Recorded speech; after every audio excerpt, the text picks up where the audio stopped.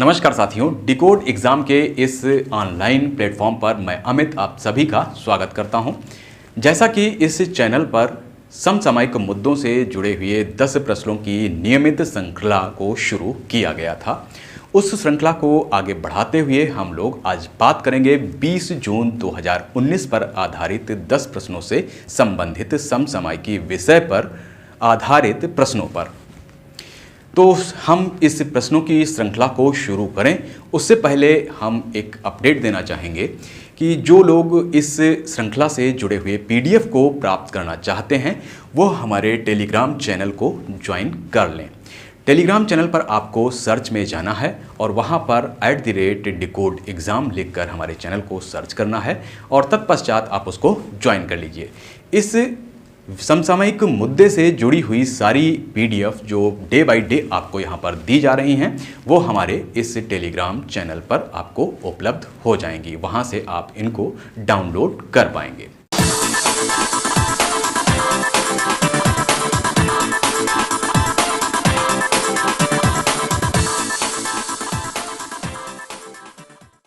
तो चलिए शुरू करते हैं आज का मुद्दा, जिसमें कि सबसे पहला प्रश्न हमारे सामने है कि हाल ही में प्रधानमंत्री नरेंद्र मोदी को किस देश के सर्वोच्च सम्मान रूल ऑफ निशान इजुजुद्दीन से सम्मानित किया गया। यहाँ पर हमारे सामने 4 ऑप्शन उपस्थित हैं। ए मालदीव, बी बांग्लादेश, सी मलेशिया और डी अफगानिस्तान। तो हमें बताना है कि यह सम्मान नरेंद्र मोदी जी को किस देश ने दिया है। तो इसका सही उत्तर है मालदीव। ए ऑप्शन इसका करेक्ट है। आइए अब इसको विस्तृत रूप से जान लेते हैं कि इसके बारे में कि इस सम्मान को कब और कैसे प्रदान किया गया। अगली स्लाइड में आप देख रहे हैं कि प्रधानमंत्री नरेंद्र मोदी जो थे वो श्रीलंका और मालदीव की यात्रा पर थे इस माह 8 और 9 जून को, जहां पर उन्होंने अपने पहले चरण की यात्रा में मालदीव की यात्रा को 8 जून 2019 को संपन्न किया। वहीं इनको रूल ऑफ द निशान, जो ये अवार्ड है रूल ऑफ द निशान इजुजुद्दीन से सम्मानित किया गया। वहाँ उन्होंने मालदीव के राष्ट्रपति, जिनका नाम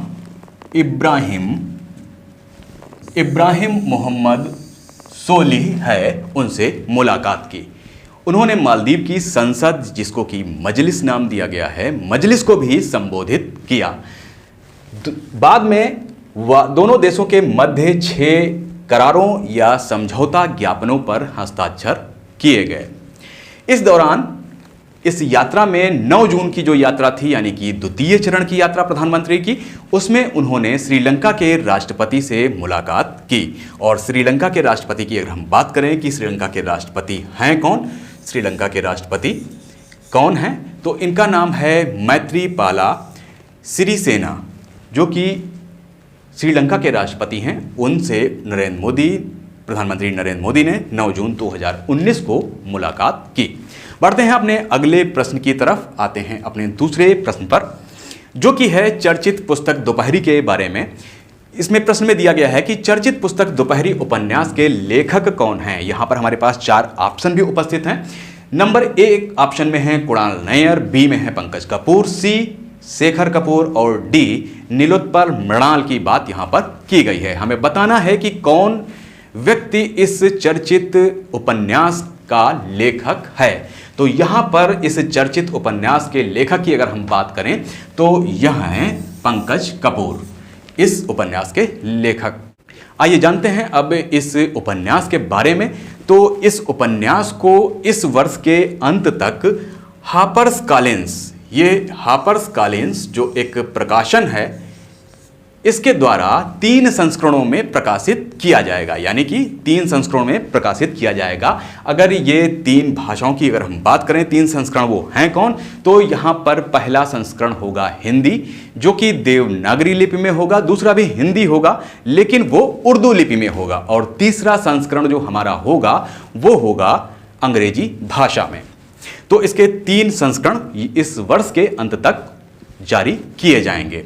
अगर इस उपन्यास की बात की जाए कि इस उपन्यास में बात किस व्यक्ति की गई है, तो एक अम्मा बी कैरेक्टर है जो कि लखनऊ की एक बुजुर्ग विधवा महिला हैं, उनके ऊपर इस उपन्यास को आधारित किया गया है।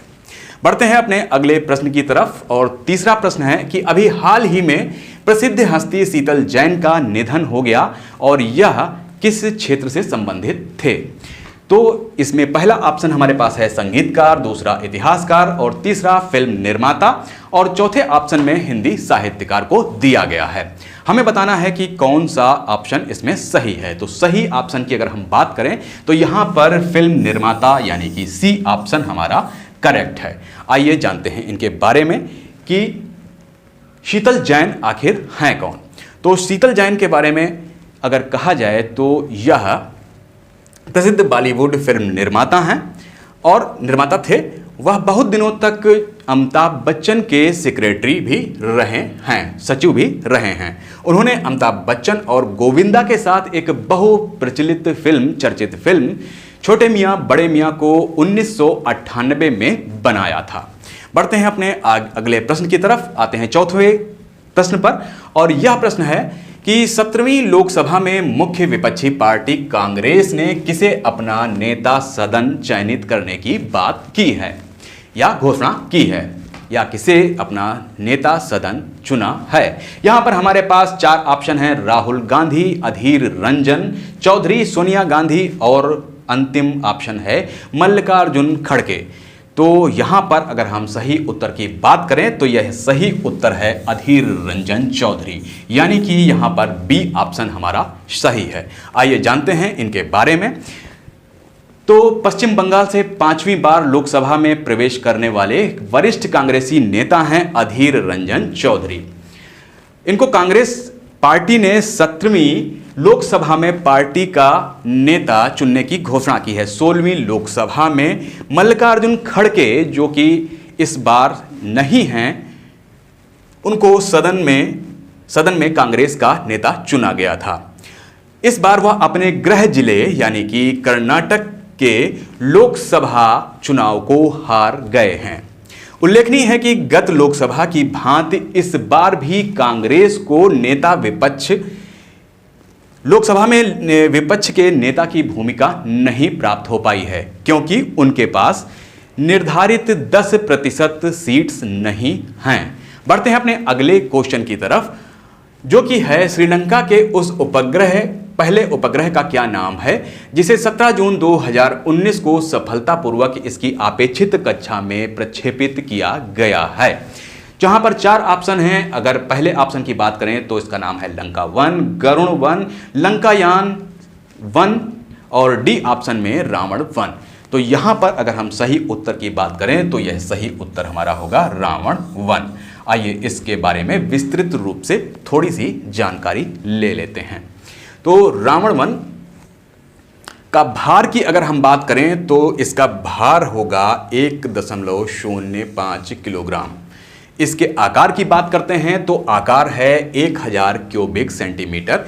इसके न्यूनतम कार्यकाल की अगर हम बात करें तो इसके न्यूनतम कार्यकाल को 1.5 वर्ष निर्धारित किया गया है, लेकिन ऐसा माना जा रहा है कि यह उपग्रह अगले 5 वर्षों तक अपनी सेवाएं श्रीलंका को देता रहेगा, यानी कि 5 वर्षों तक। इस उपग्रह का उद्देश्य की अगर हम बात करते हैं तो इस उपग्रह का उद्देश्य श्रीलंका और उससे जुड़े हुए आसपास के देशों की तस्वीरों को खींचना होगा। रावण 1 उपग्रह पृथ्वी से 400 किलोमीटर की ऊंचाई पर परिक्रमा करेगा। रावण 1 के लॉन्च के साथ श्रीलंका का प्रवेश भी वैश्विक अंतरिक्ष युग में हो चुका है। बढ़ते हैं अपने अगले प्रश्न की तरफ, जो कि है छठा क्वेश्चन। छठा प्रश्न, वरुण नौसेना अभ्यास 2019 का आयोजन भारत और किस देश के मध्य किया गया। यहां पर पहला ऑप्शन है चीन, दूसरे ऑप्शन में है फ्रांस, तीसरे ऑप्शन में है रूस और चौथे ऑप्शन में है नेपाल। तो यहां पर अगर हम सही उत्तर की बात करें तो वह है फ्रांस। यह नौसेना अभ्यास फ्रांस के साथ किया गया था। आइए इसके ऊपर कुछ विस्तृत रूप से जानकारी जुटा लेते हैं। भारत और फ्रांस के बीच वरुण नौसेना अभ्यास का आयोजन किया गया। यह आयोजन कहाँ किया गया? तो यह आयोजन किया गया है गोवा के तट पर किया जाने वाला अब तक का सबसे बड़ा संयुक्त सैन्य अभ्यास है। इस बात को ध्यान रखिएगा कि अब तक का सबसे बड़ा संयुक्त सैन्य अभ्यास जो है वह यह है। वरुण के उच्च स्तरीय नौसैनिक अभ्यास की अगर हम बात करें तो इसमें पनडुब्बी रोधी अभ्यास का आयोजन किया गया है। बढ़ते हैं अपने अगले प्रश्न की तरफ और ये 7वें प्रश्न पे आते हैं। यहां पर पूछा गया है कि अरुण जेटली के स्थान पर किसे राज्यसभा में सदन का नेता नियुक्त किया गया है। यहां पर हमारे पास 4 ऑप्शन हैं। अमित शाह बी ऑप्शन में है, थावरचंद गहलोत और सी ऑप्शन में है राजनाथ सिंह और डी ऑप्शन में हमारे पास हैं नितिन गडकरी। अब हमें बताना है कि कौन सा ऑप्शन यहां पर सही है। तो सही ऑप्शन की अगर हम बात करें तो यहां पर हैं थावरचंद गहलोत, यानी कि बी ऑप्शन हमारा यहां पर करेक्ट है। आइए इनके बारे में कुछ जानकारी ले लेते हैं।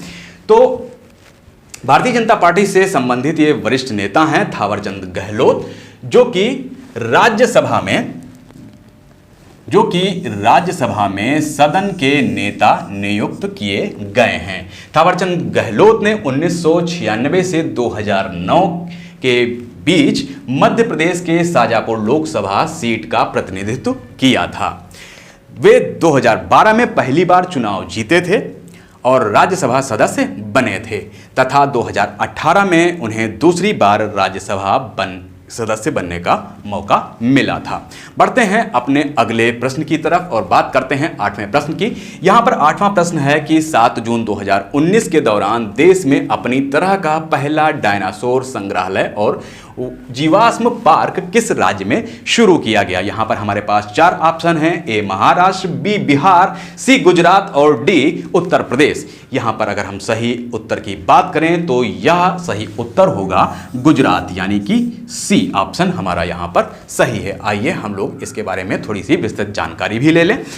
तो गुजरात राज्य के महिसागर जिले के रयोली गांव में डायनासोर संग्रहालय और जीवाश्म पार्क का उद्घाटन 7 जून 2019 को किया गया। यह अपनी तरह का देश का पहला और दुनिया का तीसरा सबसे बड़ा पार्क होगा डायनासोर आधारित। इसका अगर हम क्षेत्रफल की बात करें कि यह कितने क्षेत्रफल में फैला हुआ है तो यह 72 एकड़ क्षेत्र में फैला हुआ है। इस पार्क में डायनासोर के जीवाश्म के अवशेष रखे गए हैं। इसके अलावा संग्रहालय में डायनासोर की उत्पत्ति व पतन से संबंधित चीजों को रेखांकित किया गया है और 10 गैलरियों के माध्यम से इसके पतन और इसकी उत्पत्ति को दर्शकों के लिए दर्शाया गया है। बढ़ते हैं अपने अगले और 9वें प्रश्न की तरफ। हाल ही में innovation for sustainable development award किस भारतीय को दिया गया है, इसके बारे में हमें बताना है। यहां पर हमारे पास 4 ऑप्शन हैं। पहले ऑप्शन की अगर हम बात करें तो यहां पर रामचंद्र सुब्रमण्यम स्वामी, बी ऑप्शन में है कैलाश साहा, सी ऑप्शन में है जिग्नेश त्यागी और डी ऑप्शन में है नीतीश कुमार जांगीड़। तो यहां पर हमें बताना है कि इसका सही आंसर क्या है। तो इसका सही आंसर है डी नीतीश कुमार जांगीड़। बढ़ते हैं इनके विषय में जानकारी लेते हैं कि ये कौन है। तो ये एक भारतीय इंजीनियर हैं नीतीश कुमार जांगीड़। इनको 2019 के Commonwealth secretary general innovation for sustainable development award से नवाजा गया है। यह पुरस्कार उन्हें क्यों दिया गया है, इसके बारे में बात करते हैं। उन्हें यह पुरस्कार प्री मेच्योर बच्चों को सांस लेने के लिए सस्ती डिवाइस बनाने के लिए दिया गया है। डिवाइस का नाम अगर हम बात करें कि डिवाइस का नाम क्या रखा गया है तो उसका नाम भी सांस रखा गया है। डिवाइस का नाम सांस रखा गया है। यह डिवाइस अन्य मशीनों से 3 गुना सस्ती है। यह पुरस्कार Prince Harry Duke of success राष्ट्रमंडल के युवा एम्बेसडर तथा पैट्रिशिया स्कॉटलैंड राष्ट्रमंडल महासचिव द्वारा प्रदान किया गया। बढ़ते हैं अपने 10वें और अंतिम प्रश्न की तरफ, जो कि है आर्थिक सहयोग एवं विकास संगठन द्वारा जारी इकोनॉमिक आउटलुक रिपोर्ट के अनुसार 2020 में भारत की आर्थिक वृद्धि दर कितने प्रतिशत रहने का अनुमान है, इसके बारे में आपको यहां बताना है कि 2020 में भारत की आर्थिक वृद्धि दर कितने प्रतिशत रहने वाली है। यहां पर ऑप्शन दिए गए हैं। ए ऑप्शन में बात की गई है 6% की, बी ऑप्शन में हमसे बोला गया है कि 6.5% और सी ऑप्शन जो है हमारा 7.5% और डी ऑप्शन में दिया गया है 8%। यहां पर जो सही उत्तर की अगर हम बात करें तो वह सही उत्तर है सी, यानी कि 7.5%। आइए विस्तृत रूप में इस पर कुछ जानकारी एकत्र कर लेते हैं। तो यहां पर आर्थिक सहयोग एवं विकास संगठन organisation for economic cooperation and development, जिसका फुल फॉर्म है, द्वारा जारी इकोनॉमिक आउटलुक के अनुसार वर्ष 2020 में भारत की आर्थिक वृद्धि कितनी रहने की उम्मीद है? 7.5% रहने का अनुमान है।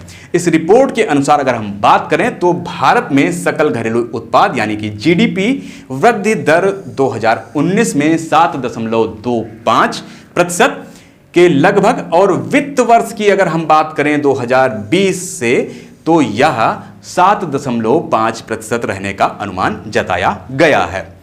आर्थिक सहयोग और विकास संगठन यानी कि OECD 35 सदस्य देशों की एक अंतर सरकारी आर्थिक संगठन है।